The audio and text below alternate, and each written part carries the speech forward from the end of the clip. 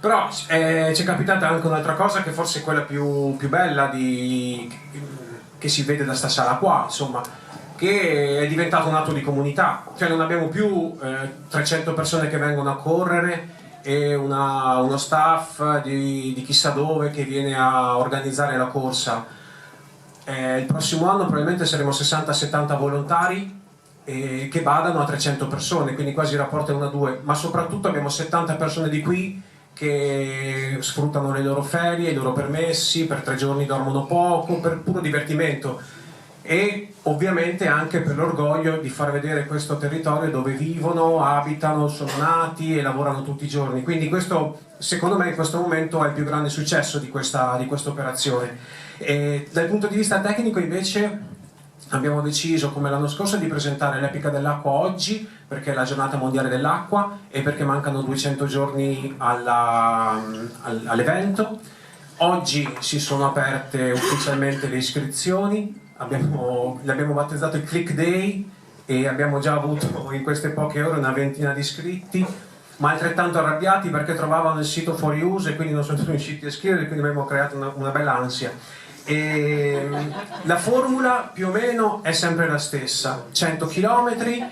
fra i 97 e i 102 km, scusa, 100 km che poi diventano tra i 97 e i 102, dipende dal meteo, dipende da un sacco di cose. E la corsa, l'accoglienza è sempre giovedì, si svolgerà, scusate, dal 17, 18 e 19 ottobre. L'accoglienza è il giorno prima a Gorino Sullam, quindi immaginatevi, tutti voi lo conoscete, Gorino Sullam avrà 40 abitanti, 50 forse residenti, e quella giornata lì ce ne saranno 300 che girano a vario titolo a ritirare i pettorali, i pacchi gara e cose del genere con i prodotti locali. E il giorno seguente, il venerdì 17, per non essere scaramantici, partiamo dal ponte di barche tra Gorino Sullam e Santa Giulia,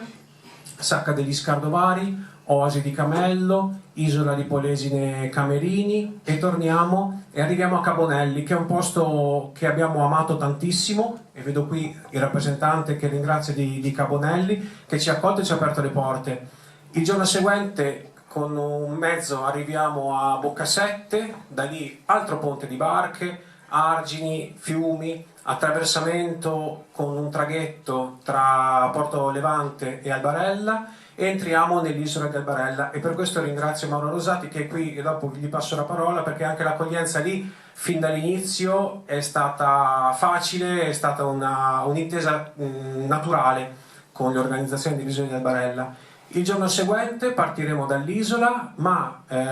facendo le valli, l'argine del fiume Adige fino alla sua foce, un po' di spiaggia, so che è stata molto amata l'anno scorso, un po' di spiaggia, un po' di... ho ancora i messaggi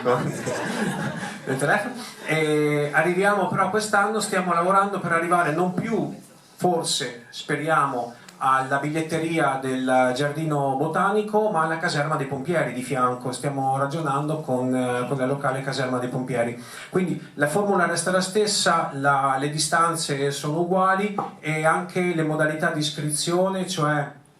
abbiamo 79 posti disponibili per la full experience, cioè coloro che mangiano, bevono, dormono con noi e assistono alle cose che organizzeremo, tra spettacoli, concerti serali e cose di questo genere. Abbiamo un centinaio di posti per la solo corsa, significa persone che corrono con noi la mattina, raggiungendo la partenza con i mezzi che mettiamo a disposizione per evitare traffico, per evitare strade troppo trafficate,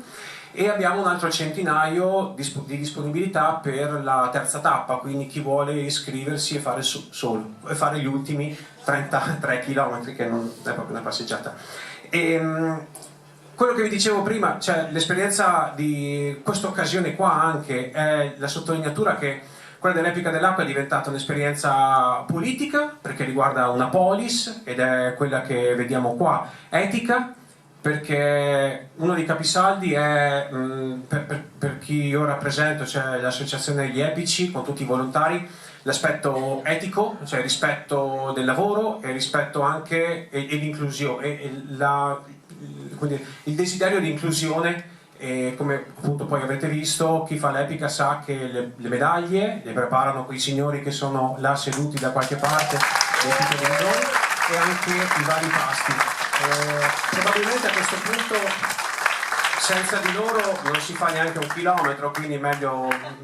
dirceli subito chiaramente queste cose qua. E è un'esperienza poetica, perché di sportivo c'è tanto, c'è da usare le gambe, però l'abbiamo visto anche che c'è da usare anche tanto cuore per fare l'epica dell'acqua, quindi non è una corsa competitiva, non facciamo la classifica, non c'è cronometro, non abbiamo ansia da prestazioni sui minuti e i secondi in più o in meno. Ci importa poco, a noi ci importa quando si arriva con le braccia alzate in cielo all'ultima tappa e noi